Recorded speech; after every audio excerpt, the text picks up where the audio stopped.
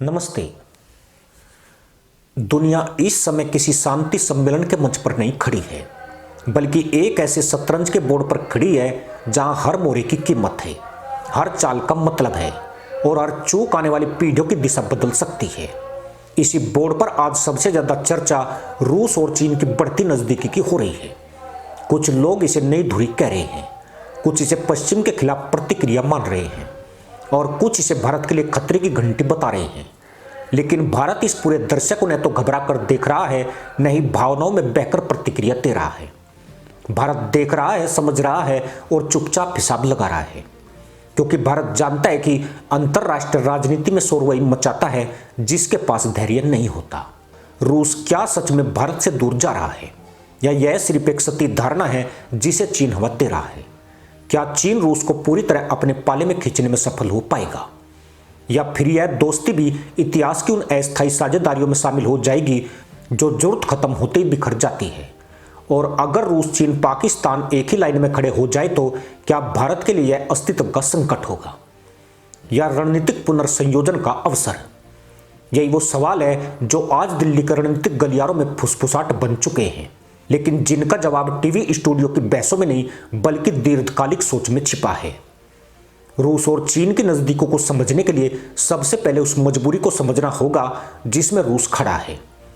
Ukraine युद्ध के बाद पश्चिमी प्रतिबंधों ने रूस की अर्थव्यवस्था, बैंकिंग सिस्टम और तकनीकी पहुंच को गहरी चोट पहुंचाई। यूरोप से ऊर्जा बाजार लगभग बंद हो गया, डॉलर आधारित लेन देन मुश्किल हुआ और टेक्नोलॉजी ट्रांसफर रुक गया। ऐसे समय में चीन रूस के सामने एकमात्र बड़ा विकल्प बनकर खड़ा हुआ। चीन ने सस्ता तेल खरीदा, युआन में व्यापार बढ़ाया, टेक्नोलॉजी का लालच दिया और यह संदेश दिया कि हम तुम्हारे साथ हैं। लेकिन अंतरराष्ट्रीय राजनीति में साथ होना और समान होना दो अलग बातें हैं।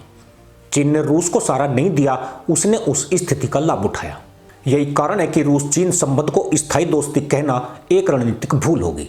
यह रिश्ता आवश्यकता आधारित है, भरोसा आधारित नहीं।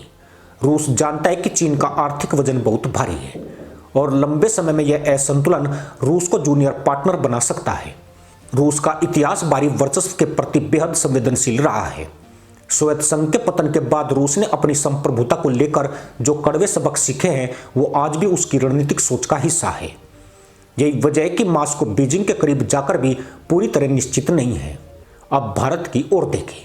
अगर रूस चीन के ज्यादा करीब जाता है तो भारत के लिए जोखिम जरूर है।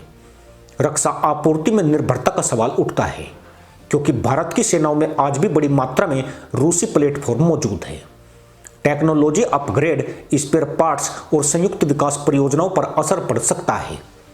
अंतरराष्ट्रीय मंचों पर संतुलन भी प्रभावित हो सकता है, खासकर तब जब चीन रूस बनाम भारत जैसा नैरेटिव गढ़ने की कोशिश करे। लेकिन यह खतरा उतना सीधा नहीं है जितना दिखाया जाता है। भारत ने बीते एक दशक में जानबूझकर अपनी रक्षा खरीद और रणनीतिक साझेदारियों में विविधता लाई है, ताकि किसी एक देश पर पूर्ण निर्भरता न रहे। चीन की सबसे बड़ी रणनीति यही है कि भारत और रूस के बीच भरोसे में दरार डाली जाए। ब्रिक्स और एससीओ जैसे मंचों का इस्तेमाल करके चीन यह दिखाने की कोशिश करता है कि वह रूस का स्वाभाविक साझेदार है और भारत एक असहज खिलाड़ी। इसी रणनीति के तहत रूस पाकिस्तान को करीब लाने की खबरें समय समय पर उछाली जाती है। पाकिस्तान को इस पूरे खेल में सेकेंडरी चैनल की तरह इस्तेमाल किया जाता है, ताकि भारत को यह संकेत दिया जा सके कि उसके विकल्प सीमित हो रहे हैं। लेकिन सच्चाई यह है कि रूस और पाकिस्तान के बीच संबंध न तो गहरे हैं, न ही भरोसेमंद। पाकिस्तान की राजनीतिक अस्थिरता, आर्थिक कमजोरी और चरमपंथ से जुड़ी छवि रूस जैसे देश के लिए कभी भी दीर्घकालिक आधार नहीं बन सकती।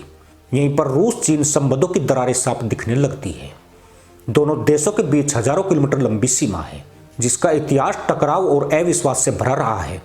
साइबेरिया और रूस के सुदूर पूर्वी क्षेत्रों में चीन की बढ़ती आर्थिक मौजूदगी को लेकर मास्को के रणनीतिक हलकों में चिंता है। रूस को डर है कि कहीं वह संसाधनों का आपूर्तिकर्ता और चीन उपभोक्ता बनकर न रह जाए।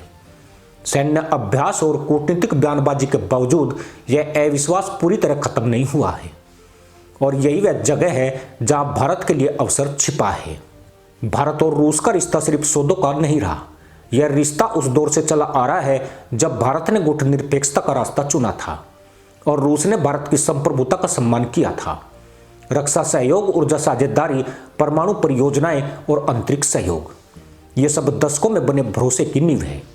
भारत रूस को यह संदेश देने की स्थिति में है कि भारत उसके लिए एक संतुलित, विश्वसनीय और स्वतंत्र साझेदार है, न कि किसी ध्रुव का विस्तार। भारत किसी पर दबाव नहीं डालता, लेकिन किसी दबाव में आता भी नहीं। यही बात रूस के लिए आकर्षक है। भारत की मल्टी अलायंस नीति आज उसकी सबसे बड़ी ताकत है।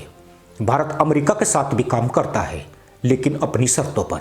रूस के साथ भी संबंध रखता है, लेकिन अधीनता में नहीं। यूरोप, अफ्रीका, मध्य पूर्व और इंडो पैसिफिक, हर जगह भारत ने अपनी जगह बनाई है। यही कारण है कि भारत को वैश्विक मंचों पर एक बैलेंसर के रूप में देखा जाता है। रूस को पूरी तरह चीन से अलग करना न संभव है न आवश्यक, लेकिन रूस चीन को एक अटूट ध्रुव बनने से रोकना पूरी तरह संभव है, और यही भारत की रणनीतिक सफलता होगी। इस पूरे खेल में सबसे महत्वपूर्ण बात यह है कि भारत को प्रतिक्रिया नहीं देनी है, दिशा तय करनी है। शोर मचाना आसान है, रणनीति बनाना कठिन। बयान देना आसान है, संतुलन साधना कठिन। भारत ने बीते वर्षों में यही कठिन रास्ता चुना है। यही वजह है कि आज जब दुनिया ध्रुवों में बंटने की ओर बढ़ रही है, भारत एक ऐसा देश बनकर उभरा है जिससे हर पक्ष बात करना चाहता है। आने वाले वर्षों में यह लड़ाई किसी एक बैठक, किसी एक समझौते या किसी एक फोटो से तय नहीं होगी। यह धैर्य, निरंतर संवाद और सूक्ष्म कूटनीति की लड़ाई है। रूस को चुनना भारत की मजबूरी नहीं है। रूस को संतुलन में रखना भारत की ताकत है, और यही वह रणनीति है जो भारत को सिर्फ एक क्षेत्रीय शक्ति नहीं, बल्कि एक वैश्विक निर्णायक शक्ति के रूप में स्थापित करेगी। यही खेल है, यही धैर्य है, और यही वह रास्ता है जिस पर भारत बिना शोर किए लेकिन पूरे आत्मविश्वास के साथ आगे बढ़ रहा है। इसी के साथ अनुमति दोस्तों, जय हिंद, वंदे मातरम।